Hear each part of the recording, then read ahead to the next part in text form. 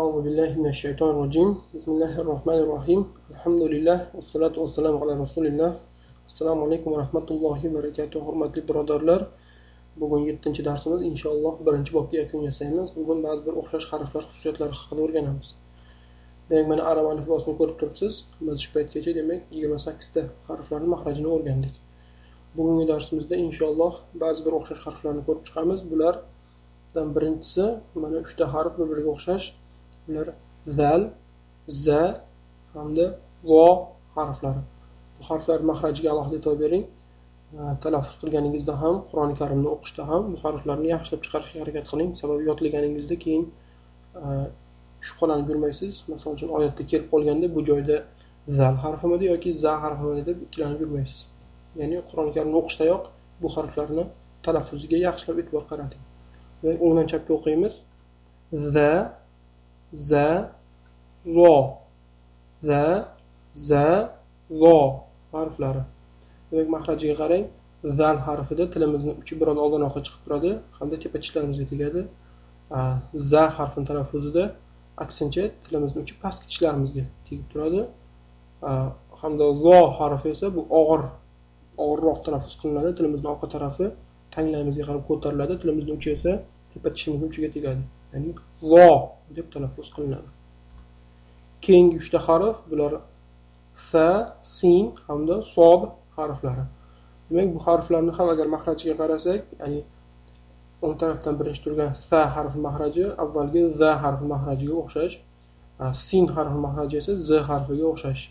Demak, bu yerda sin harfi o'zimiz o'zbek tilimizdagi s harfi kabi talaffuz qilinadi. Eng chap tarafda turgan birinchi harf, ya'ni sod harfida tanglayimiz, ya'ni tilimiz, ya'ni tanglayimizga qarab ko'tariladi orqa tarafi. Demak, bu harflarni ham talaffuziga alohida e'tibor bering. Ko'pchilik sa hamda sin harflarini o'rnini almashtirib qo'yadi talaffuzda. Demak, o'ngdan chapga o'qiymiz. Sa, sa, so. Demak, sod harfining ustida fatha kelganda o tovushini berishi ham esingizda tursin. Keyingi ikkita o'xshash harf bu zo hamda bo harfi. Demak, bu harflar aslida mahraj jihatdan bir-biridan farqlanadi. Mana ko'rib turibsiz, mahraj juda ham bir-biridan farq qiladi. Ya'ni zo harfini talaffuz qilishda tilimizni uchi tepa tishimizga tegadi, tilimizning orqasi tepa tanglayga ko'tariladi. Dod harfida esa, ya'ni dod talaffuz qilganimizda tilimiz og'iz bo'shlig'ini to'ldirib turadi. Shunday bo'lsa ham ko'pchilik qiroatda mana shu ikkita harfni almashtirib qo'yib qiroat qiladi. Agar misol keltiradigan bo'lsak, Fotiha surasining oxirgi oyatida valadollin degan joyi bor. Demak, mana shuni ko'pchilik valazzolin deb ham talaffuz qilganini eshitganmiz. Bu harflar mahraj jihatdan har xil bo'lsa ham tovush jihatdan bir-biriga yaqin. Shuning uchun bularni ham talaffuziga e'tibor qiling. O'ngdan chapga o'qiymiz. Demak, zo, deb talaffuz qilinadi. Keyingi ikkita harf bular ta hamda po harflari. Mahraj jihatdan biroz bir-biriga o'xshab ketadi. Yagona farqi to harfida tanglayimizga qarab ko'tariladi. Ya'ni tilimizning orqa tarafi tepa tanglayimizga qarab ko'tariladi. Hamda tilimizning uchi tishimizning eng yuqori tarafiga tegadi. Ya'ni tepa tishimizni yuqorisiga tegib turadi, tubiga. Demak, o'ngdan chapga o'qiymiz.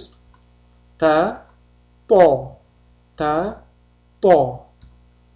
Keyingi ikkita harf vav hamda fa harflari. Ularni mahrajiga e'tibor bersak, bir-biriga o'xshash. Demak, vav harfini talaffuz qilishda lablarimiz bir-biriga tegadi. Fa harfini talaffuz qilishda esa tepa tishimiz pastki labimizga tegadi. Ya'ni fa deb talaffuz qilinadi. Yozilishi jihatdan ham bir-biriga o'xshagan bo'lgani uchun ko'pchilik bularni qiroatda adashtirib qo'yganini ko'ramiz. Ya'ni va o'rniga fa yoki fa o'rniga va deb o'qib o'rganib guvohi bo'lganmiz. Shuning uchun bularni ham talaffuziga yaxshilab e'tibor qarating. O'ngdan chapga o'qiymiz. Va, fa.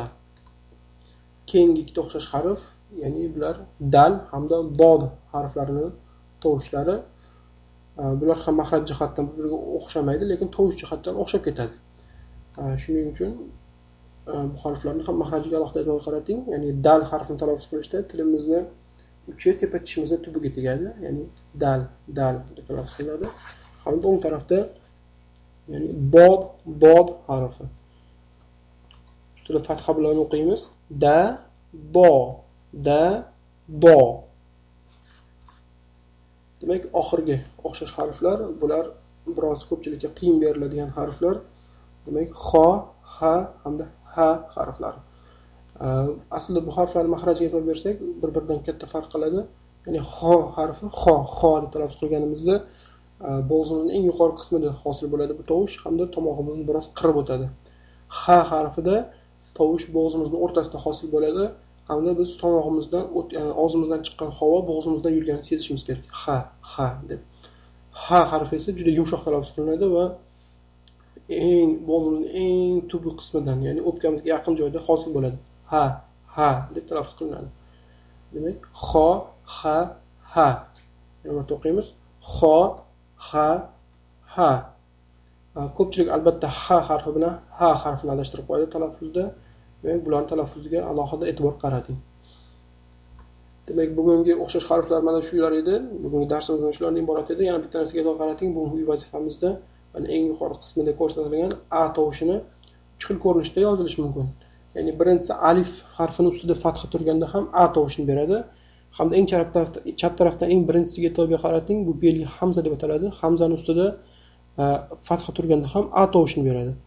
Hamda alif hamda hamza yig'indisi va ustida fatha turganda ham a tovushini beradi. Demak, uchalasi tepada ko'rsatilib qo'yilgan. Demak, bu uchala ko'rinishda yozilganda ham biz a tovushini o'qiymiz. Pastda ro harfining 2 xil ko'rinishi berilgan, hamda mim harfining ham 2 xil ko'rinishi berilgan, ya'ni mushaflarda bu 2 xil ko'rinishda yozilishi mumkin. Shuning uchun ko'rib qolganingizda hayron bo'lmang. Bu ro hamda mim harflari.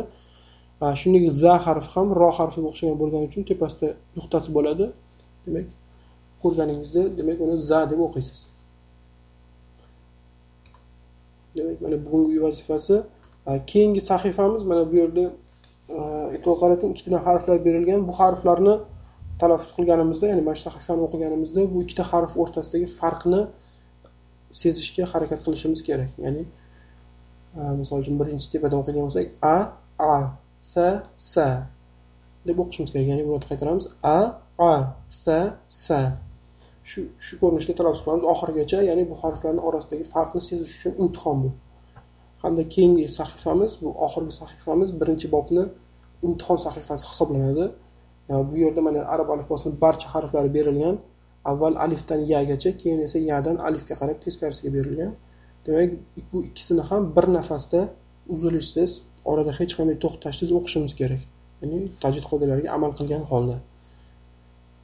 Mana shunday, toki mana shu harflarni bemalol qiynalmasdan orada uzilishsiz o'qiydigan bo'lmagunimizcha ikkinchi bobga o'tmasligimiz kerak.